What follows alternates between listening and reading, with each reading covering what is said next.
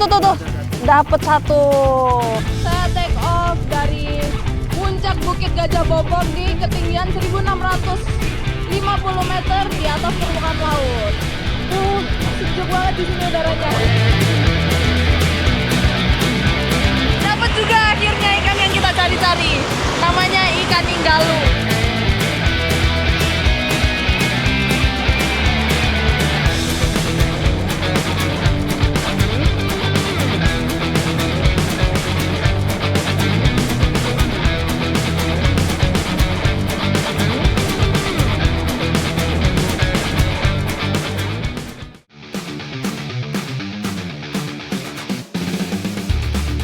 Petualangan saya kali ini bersama teman-teman dari Campervan Indonesia Sumatera Utara akan menikmati indahnya Tanah Batak.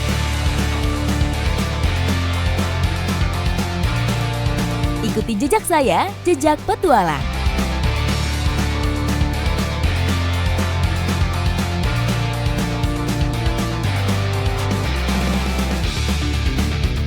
Danau Toba menjadi salah satu penyokong kehidupan masyarakat yang tinggal di sekitarnya.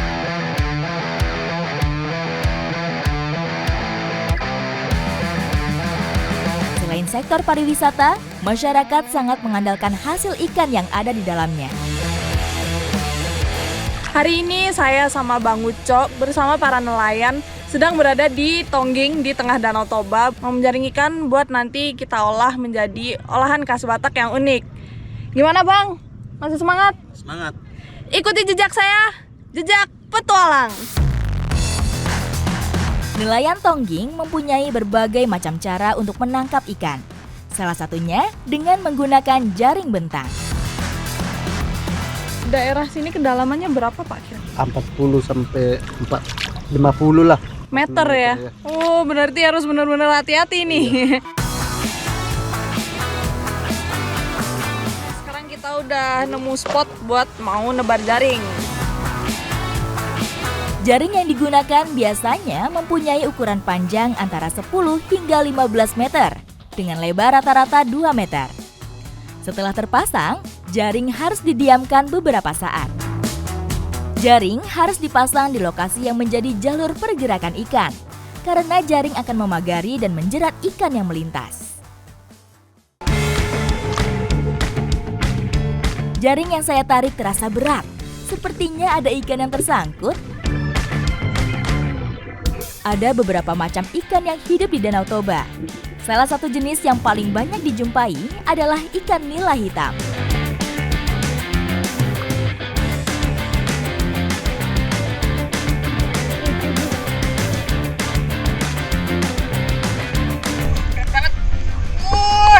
Dapat ikan lagi.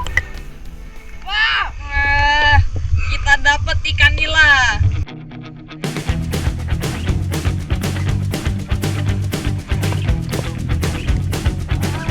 Meskipun tidak banyak, ukuran ikan yang saya dapat lumayan besar.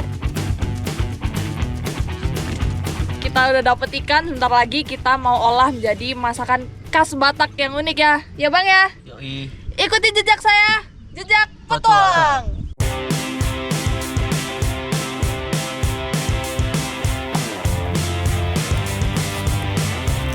Tak cuma Jepang yang punya sajian ikan mentah atau sashimi.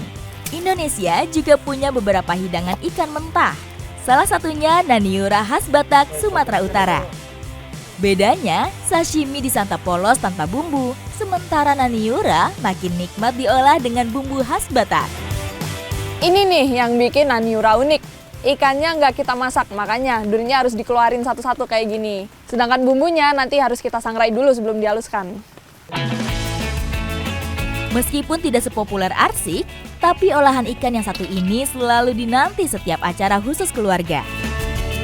Olahan naniura biasanya menggunakan ikan yang berdaging tebal.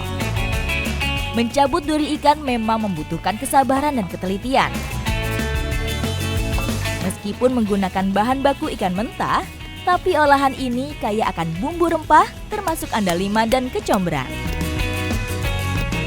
Bumbu rempah yang sudah disangrai hingga matang, selanjutnya harus dihaluskan sebelum dibalurkan ke daging ikan. Gini kan? Siram daging ikan dengan perasan asam jeruk dan taburan garam untuk menghilangkan aroma amisnya.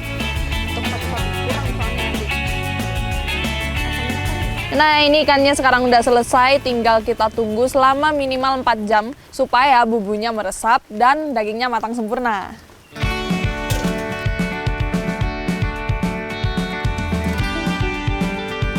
Setelah direndam dengan bumbu selama minimal 4 jam, ini dia hasilnya ikan naniura. Saya udah penasaran nih Bang, mau nyobain. Meskipun tanpa dimasak, kandungan asam akan mematangkan daging ikan secara alami. Sementara garam dan bumbu rempah mampu menghambat pertumbuhan bakteri saat penyimpanan. Ini aroma rempahnya kuat banget. Jadi meskipun dia nggak dimasak, nggak ada amisnya sama sekali.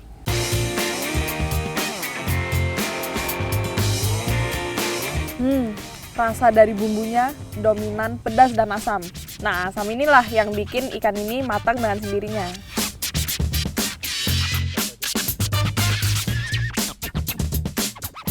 Ikan naniura menjadi kuliner khas Batak yang paling unik yang pernah saya coba. Kaya akan rempah dan rasanya juga istimewa. Ikuti jejak saya, jejak petualang.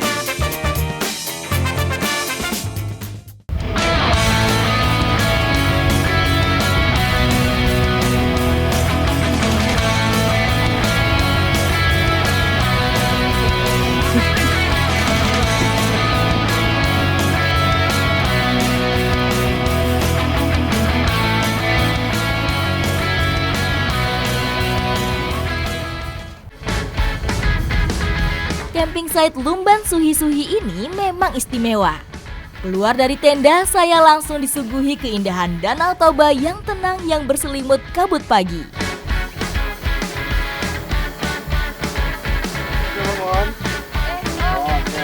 Kopi dulu ya.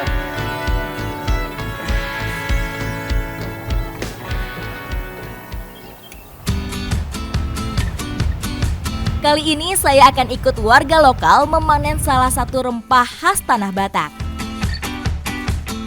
Indonesia dikenal kaya akan rempah-rempahnya. Nah, sekarang saya sama Jessica sedang berada di kawasan Salondolok, Samosir buat mencari rempah buat kita masak nanti di camper van. Nih, namanya andaliman. Walaupun sekilas dilihat seperti merica, tapi sebenarnya dia masuk ke keluarga jeruk-jerukan. Aromanya pun seperti jeruk. Andaliman banyak ditemukan tumbuh liar di Sumatera Utara, terutama di sekitar Danau Toba yang mempunyai ketinggian 1.100 sampai 1.500 meter di atas permukaan laut. Emang kita harus bener-bener jongkok soalnya tumbuhan andaliman ini selain dia rimbun banyak durinya juga. Batang hingga daun andaliman ditumbuhi duri tajam, jadi harus hati-hati memetiknya. Bumbu dapur dengan nama lain Sichuan pepper ini dapat tumbuh di suhu 15 hingga 18 derajat Celcius. Nah, andaliman di sini sebenarnya adalah tanaman liar, tetapi Opung berhasil membudidayakan ratusan pohon di tanah seluas 2 hektar ini. Nah, menurut Opung, andaliman di sini berhasil dibudidayakan karena tanahnya yang subur dan suhunya yang sejuk. Betul ya, Opung? Iya. Kalau dari aromanya sih menarik kayaknya rasanya ya. Aku mau cobain dulu nih. Gimana tuh? Gimana jelasinnya ya? Getir rasanya. Gini ternyata andaliman.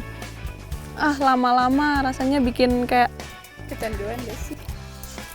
Mati rasa di lidah, kayak dingin gitu ya? Jadi di lidah ada sensasi dinginnya seperti mint.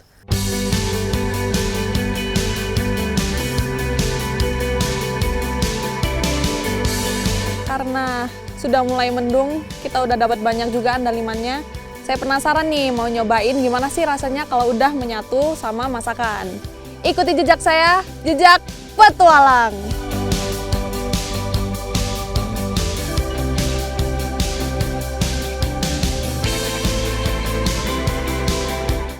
Ngomong-ngomong tentang andaliman, ada masakan khas Samosir yang unik. namanya ayam napi nadar. Ini nih yang bikin unik, bumbu yang harus dibakar dulu sebelum dihaluskan. Selain bumbu yang dibakar, ayam yang sudah dibersihkan juga harus dipanggang terlebih dahulu. Sama seperti olahan Batak Toba pada umumnya, andaliman menjadi rempah kunci dalam olahan ini. Andaliman mempunyai aroma dan rasanya yang kuat, sehingga penggunaan andaliman sebagai bumbu masakan harus dengan takaran yang tepat. Jika terlalu banyak, justru dapat merusak cita rasa masakan itu sendiri.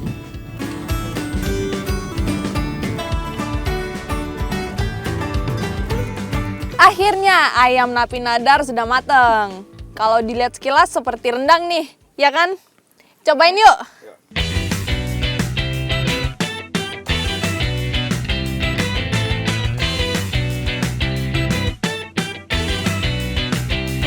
Ayamnya bener-bener terasa kalau dibakar ya. Smoky rasa ayamnya. Kemudian dari bumbunya ternyata dia pedes. Andaliman memberi rasa hangat dari kandungan senyawa aromatik hidroksi alpha sansyul, sehingga bisa menjaga daya tahan tubuh saat cuaca dingin. Ngecamp di tepi Danau Toba belum lengkap kalau nggak masak-masak, apalagi olahan khas seperti ayam napi nadar. Ikuti jejak saya, jejak petualang.